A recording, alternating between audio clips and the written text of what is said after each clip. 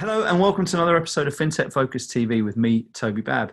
Today I'm absolutely delighted to be joined by Lucas Wurfbain from FeedStock. How are you doing? Very well, thanks. Very good to be here. Listen, FeedStock are friends of the show. This is now the third time you featured. I think that's a record for people on this show. You all the way back in 2018 at the start of this year. I love being joined by Charlie as well and hearing a little bit about what you guys are doing when you were awarded by the Financial Technologist, one of the best workplaces in the financial technology sector. Loads and loads to talk about on that and everything in between after this. But I want to kick off just by reintroducing yourself. Tell us a little bit about FeedStock and what you're doing over there, Lucas. Yeah, so I since we last spoke, what was it, a couple of years ago, as with businesses of our size, we've continued to evolve, and the problem set that we're looking at has definitely grown. So we started life off focusing very much on a compliance related solution for the buy side. And I think the technology that we built in doing that, and that specifically relates to the MiFID II compliance case that came in at the beginning of 2018. What we did there is we built a solution that essentially tracks human-to-human communications, and in this case understands investment research consumption without having the front office do anything additional to what they're doing on a day-to-day basis. And I think that was very important at the time because there's this whole change in the regulation coming through, and the impact on the day-to-day workflow of investment managers, investment analysts was huge. They had to then start tracking everything they did, from the conversations they had with people to the emails they received to the value that was being added by the sell side. And so we created a solution that did all of this automatically. So we interacted with their communication flows from email to chat systems to telephone systems, etc., and extracted all the relevant pieces of information from that to put together essentially a data trail of all research consumption. And from that point on, we realized it was actually a very powerful piece of technology that we built. So we started working with the distributors of research as well, the sell side, to be able to track the communications that they had with their clients so that they could service their clients in a more efficient manner, with a focus on revenue, with a focus on costs, etc. So we've taken this small use case, which was driven very much by regulation and focused on the buy side of the investment management industry, and now applied a whole different use case to that as well for the people that are selling research, that are looking, typically using things like CRM systems, again, with the same manual input problem set that we've encountered on the buy side as well, and automating all of that for them. So think of it as you will, as a real-time CRM system for the sell side. So that's where we are now. Definitely the theme is using AI to classify human-to-human communications and looking for these very specific use cases, and continue to grow the business in line with that.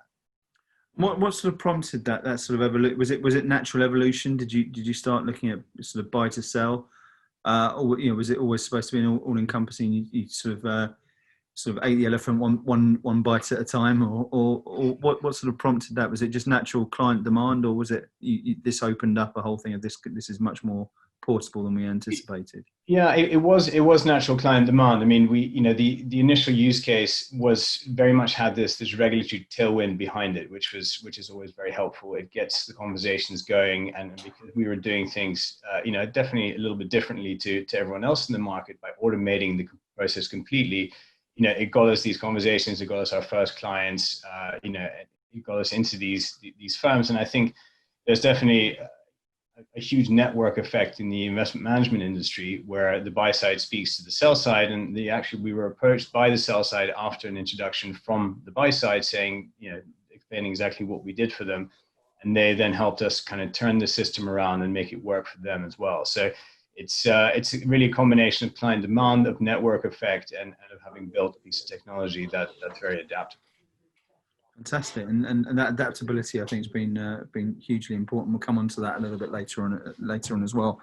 I want to sort of continue on from the theme of where we find ourselves. We're sort of early to mid-September at the moment. We've seen something that's changed and turned the world upside down, and this is the first non-face-to-face interview that we've had with FeedStock. And the start of this year was us talking to Charlie about how you guys are creating this great work environment and done such a good job at being a scaling company with such a good culture that have been, and I remember Charlie and I talking about the importance of communication and how well you were cascading that through the business. This, of course, comes along, turns everything upside down. Everyone's remote, which I presume they still are in your business. They still are, yeah. And we kind of find a completely different way of looking after our teams and having to communicate with our teams and maintain that communication with growing pressure around customers, not knowing whether customers are buying or not going to buy.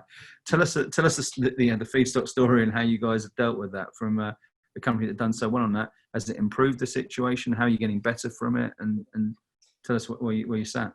Yeah, I mean, there's a few things that we learned from that, and we had to learn very quickly, as did everyone else, on how you adapt to a completely new situation of working. So, one of the things that I think was of the utmost important to us was clear communication to the firm and giving them an understanding of where we were with our clients, of all the different impacts that we were experiencing as a business from the perspective of obviously the fundraising was done, but sort of the legal impacts of and the real ramifications of the new situation, obviously security of everyone coming first and foremost, being very quick to allow people to work from home ahead of already the sort of mandate to do so. But communication was incredibly important, because obviously everybody's asking questions. How this affect the business? Is my job secure? Do we continue the hiring? It was very clear that we needed to make sure that both the sales teams and the development teams and the marketing teams were all communicating on a very regular basis. So what we did is we instilled a lot more meetings, both formal ones, for frequent company updates, and also informal ones. And I think the informal ones played the role of what you usually have in an office, where you talk to each other impromptu, where you have a conversation when you're making lunch or when you go out for lunch. And these are the things that sort of tend to fall away in this situation. It's quite rare that you just have a Slack call with a colleague or a Teams call with a colleague just to catch up and see how they're doing. So we wanted to build a bit more of a structure around this, so that level of sort of the human connection between the team continued to persist throughout this period. And I think everybody has very different situations. Some people are at home with families and children, but other people are at home completely alone. So I think being able to understand that and being able to understand the impact that it had from a human perspective at a pretty early stage, catering for that, creating events, virtual events for the company was really important to keep the stamina up, but also to keep people extremely well informed throughout this process. Stamina is an interesting piece, isn't there? Because we've all heard of Zoom fatigue, and in the height of it, there was a lot of evidence from the Wuhan lockdown, wasn't there, about how academic productivity slumped a certain stage into it. And I don't know if we've seen that. I think there's certainly in the tech space, we've been hearing a lot about increased levels of productivity and how teams are performing well. What's your take on that? Have you guys been performing with high productivity throughout? Has there been curvatures in that? Productivity has been fantastic. It's been really good. What we discussed before. I mean, we had this sort of partial work from home policy in place before this happened anyway. So I think it was a well-trodden path for us. We have a remote team based in Italy as well, so they're obviously very used to this format of interacting.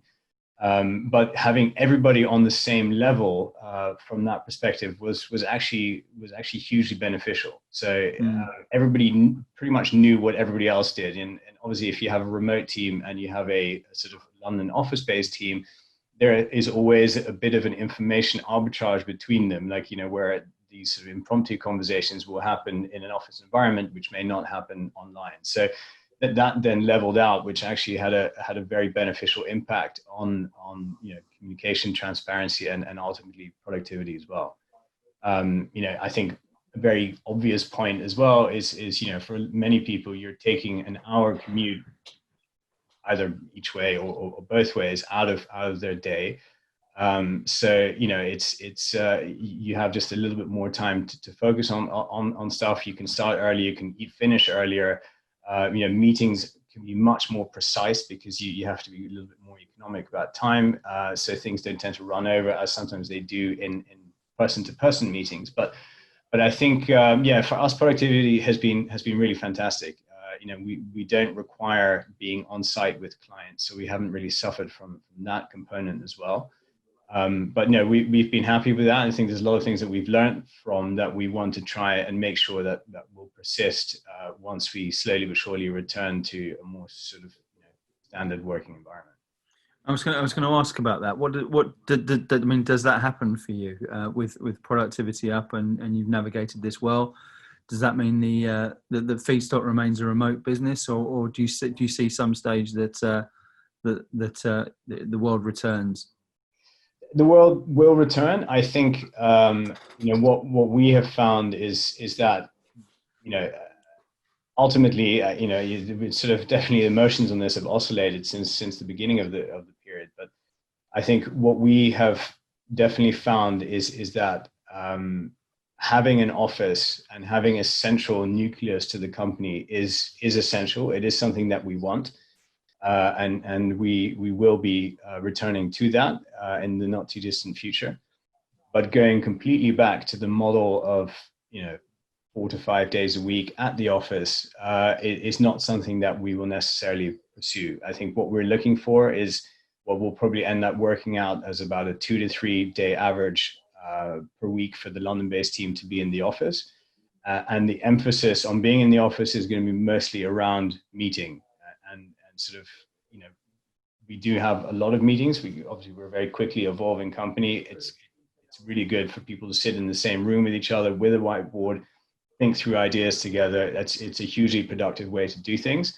But we rather see the office as a place to meet and to come up with ideas, to create, rather than a place to execute and work. There we will allow the team to make up their own mind as to where they're most productive. So we definitely are moving to a bit more of a sort of results focused, deliverables focused sort of way to work, as opposed to one which is you must be in the office 5 days a week, etc., for the sake of being there. And I think that's definitely one of the lessons that we've learned, and I think many other companies out there, big and small, have as well. Yeah, us ourselves included. I'd definitely add to that as well. How big is it now, Lucas? And I know the company's been growing. Yeah, we're sort of around the 20 mark. Okay, so and you've had various different people there at various different stages. I presume having different views of whether they're sort of isolated or loving being away. And I guess that's a little bit there about exactly what you're talking about, isn't it? About getting people to play to where they're at their most productive, right? Exactly, and people come from different places. Some from the center of London, some from quite far outside. So I think that will obviously impact the decisions that they make on that level. But we do, again, the emphasis is when we have important meetings, strategy meetings, ideas meetings, etc. We want people to be in the same room as each other, but ultimately it'll end up being 2 to 3 days a week, so roughly speaking. So we're looking forward to getting this going. I think it's we have a fantastic team. They're all extremely good at what they do, and being able to give back the sort of sense of responsibility and trust is something that we're really looking forward to doing, as opposed to sort of going back to that old model where everybody has to be in for the sake of being in. I think we've always been very focused on deliverables and targets, and I think if you give the power back to people to execute on those in whichever way they deem makes most sense for them, I think that's a very powerful thing. Absolutely, absolutely. So the great culture that you're building only gets stronger from this, which is good to hear. The so the business has gone through this evolution. There was interesting and great timing in terms of the investment at the start of the year. Tell us a little bit about that. Look, you're there to take another step forward as a business. Tell us what that looks like and what's exciting at the moment.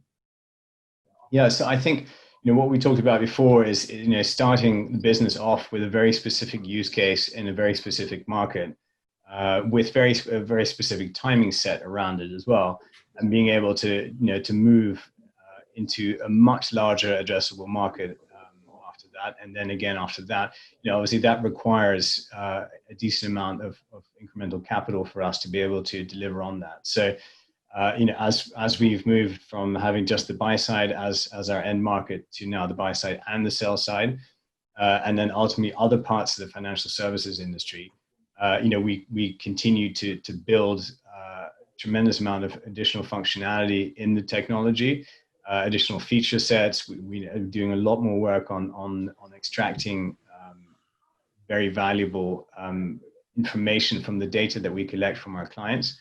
So that requires us to build the teams out across, from developers to additional data science, and then also obviously the sales function. We're moving into markets that bigger markets that need more coverage from a sales perspective. So across the board, the team has to grow for us to be able to deliver on that scaling up product into across the different products into different markets.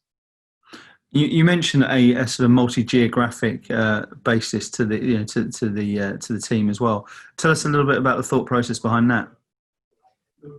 As a London-centric business, you're obviously diversifying a little bit around that. What's driven that thought process?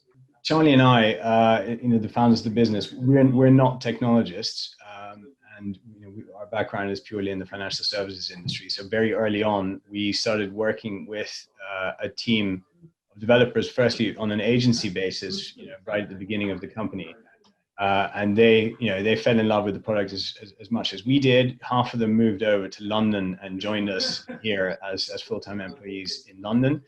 And the rest stayed behind, dedicating all of their time to FeedStock, but based in Italy. So it was, I wouldn't, it'd be unfair for me to say that there was a very deep thought process behind that I've always wanted to have a development team in Italy, but it's worked unbelievably well. I mean, they're a fantastic team.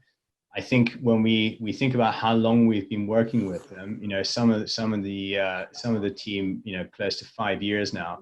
I think you guys know this much better than I do. I think that's quite a long period of time to have people working at a single firm. So we're really proud of that.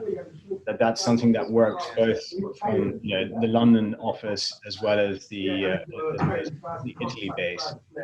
So we're proud of that. I think it has to do with our culture. It has to do with our product, and the fact that people are excited every day.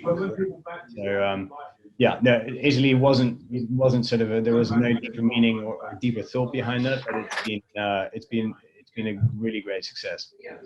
Fantastic, and and I think we're seeing more and more of that. There's so many different hubs of where strong talent sits. And whereabouts in Italy are you? We are close to Venice, so around that. Okay. So it's got its social upsides to it as well. Yeah, I mean, Tony and I, in the early days, we would fly there probably twice, sometimes 3 times a month, and it's not the worst place in the world to go. So it's nice. Good man. So let's focus a little bit on what's happening at the moment from a technology basis, and there's so many opportunities out there that have been created by this. There's so much change and so much evolution. This has been a devastating and horrific thing for so much of the economy, so for humanity, for lives being lost, etc. But I think there'll also be a legacy there about how it has helped efficiency across all industries, but specifically with its use of technology. Tell us a little bit about what you've seen and how adoption and appetite has changed in technology. Yeah, I think I mean, what we do in its simplest form is we help typically large corporations derive value from their latent human to human communication data. So, the emails that are being sent out to clients, the chat systems, the meetings that they do, there's obviously lots of these communication pipes that we work with. And I think, we have the extreme privilege of having earned the trust of our clients to be able to sit within these very privileged and confidential information streams. And it is our duty towards them to be able to continuously deliver insights from that data. And I think that, and that helps them from, as we mentioned, from a compliance perspective, a sales perspective, cost management, et cetera. What we have seen happen, certainly in the last 5 years, is, 5 years ago, if you said to a large bank, we are a small technology company and we have a technology that understands using AI, you can get a lot of insights from your email data, for example. It can be cloud-based or hybrid cloud on-prem. I think 5 years ago, 6 years ago, a lot of firms would have shown you fairly quickly where the door was. That appetite to have external firms sit within their firewall with a cloud-based system was just not there. And I think that has changed dramatically. I think so many firms have now woken up to the need to utilize and leverage the data that they have for running their businesses more efficiently, improving the sales process, managing risk, looking for opportunities, etc. So that has been a huge revelation. I think that's also accelerated by what we've seen in the last 6 months. And that's, we were talking at the beginning, that's been one of the benefits that we've seen in the process. I think as workforces diversify and move away from it being centralized in an office, the need to sort of capture this data is even more important than it was before. And we've actually seen an acceleration of some of these existing longer term trends start to build up. So, more of an aspect of a desire to move towards cloud-based systems, much more of a desire to look for AI to help them get value from their latent dark data, so to speak. So I think we're at a very beneficial sort of part of our journey where after quite a lot of persuasion and time, firms are now waking up to looking at solutions like ours and really seeing the massive amount of value that they can generate. No, I think it's there's as you say, it's adoption of technology and working out the best route for it to create that advantage, and that seems to be the overwhelming thing there. What makes life easier? What allows us to operate and and answer the problems that we've got at the moment. There's a lot of complex problems that are arising out of this for institutions, and those businesses like yours who are able to navigate that and provide very, very clear solutions to some of those issues with very smart technology seem to be where the boom market is at the moment, right?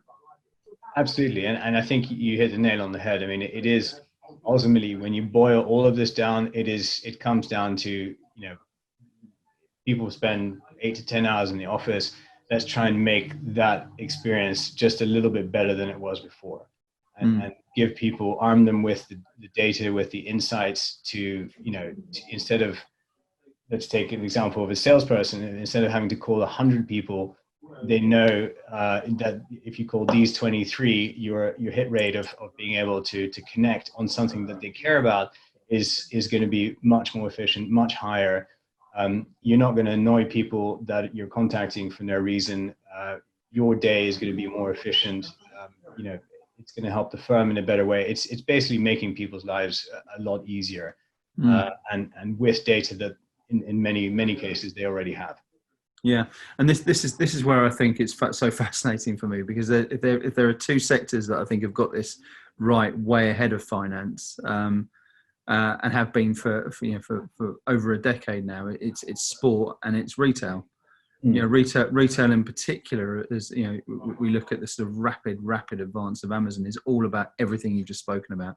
It's making the consumers' lives a lot easier based on actionable data that they're providing, from that and learning from that data to provide a better tailored customer experience.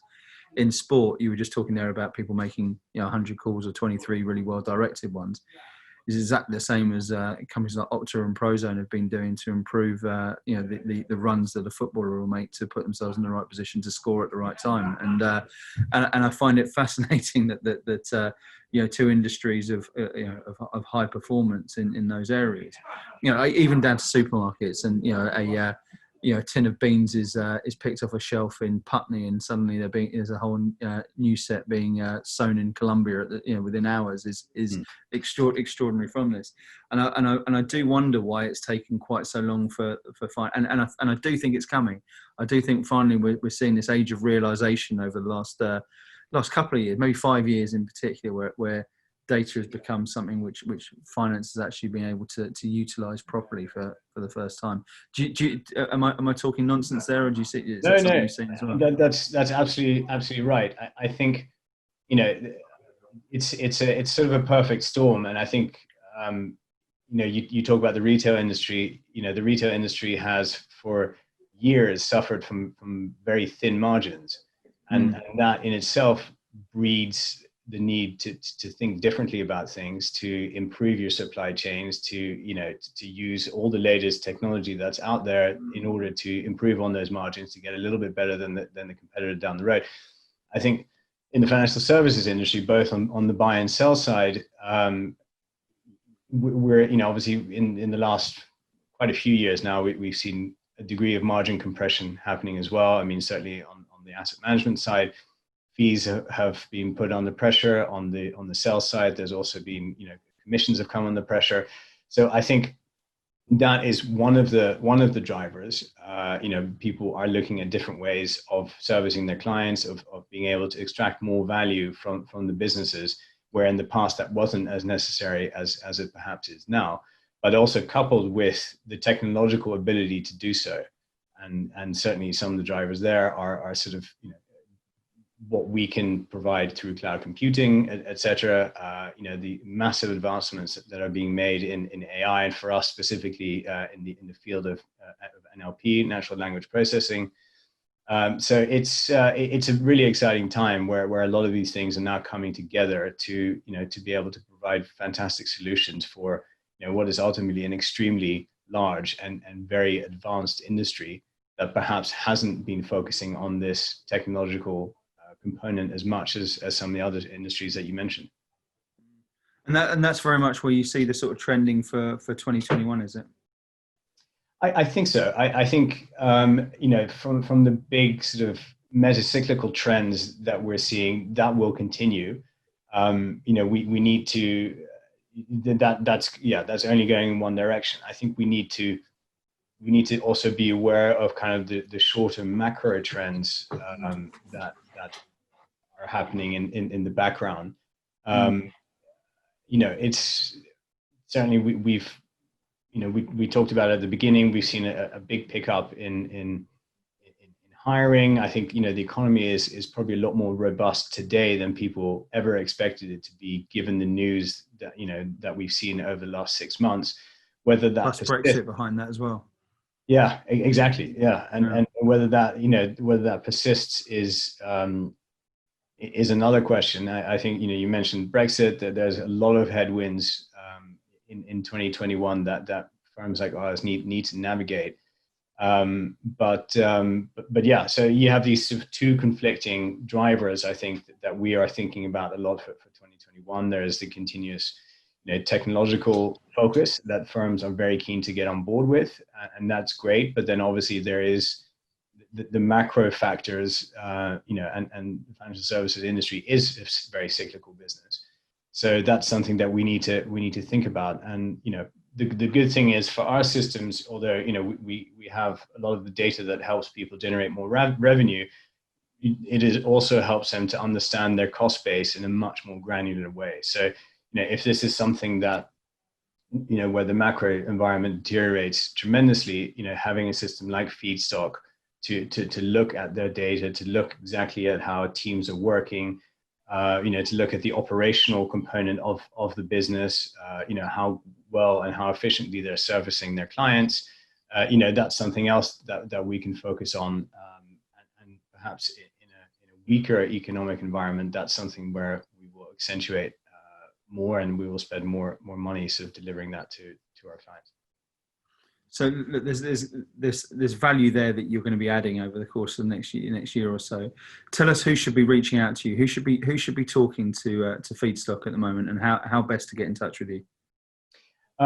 We, obviously our strength lies in the financial services industry. Our existing clients are some of the largest asset managers in the world, and also sell side firms. So we've been helping them tremendously with their compliance use cases, with their sales use cases as well. So I think, certainly the firms that we are speaking to and would enjoy to continue speaking to are those firms, the large sell side companies, large buy side companies. We provide these highly automated solutions. So I think you immediately, from a cost perspective, can see the impact on the business, and immediately from a revenue perspective, you have a direct measurable impact. So I think typically the much larger firms benefit more from a system like FeedStock than the very small ones, because I think the data that they generate is much larger, more valuable, more difficult to deal with if you don't have a system like FeedStock. Our website is feedstock.com, and we would be very happy to give anyone a demo and show them a little bit more about the system when the time is right. It's definitely a system worth looking at. Lucas, it's always a pleasure to hear what's happening with you guys. It's been a company I've watched for the last 5 years now, and it continues to go from strength to strength. Every time I talk to you or one of the team, it seems to be a business on the rise. So long may that continue, and congratulations for doing what I think is a really underestimated skill at the moment, which is keeping that sort of culture and keeping a workforce under tremendous pressure, so engaged and doing as well as you have been. So credit to you, and well done to the team. Thanks so much for joining us again, and I'm looking forward already to hearing the next update from the crew. Well done. Brilliant. Thank you, Toby, very much for your time. It's been a pleasure to speak to you. Absolute pleasure, and thank you all for watching. We'll see you all soon on another episode of Fintech Focus TV. Thanks very much.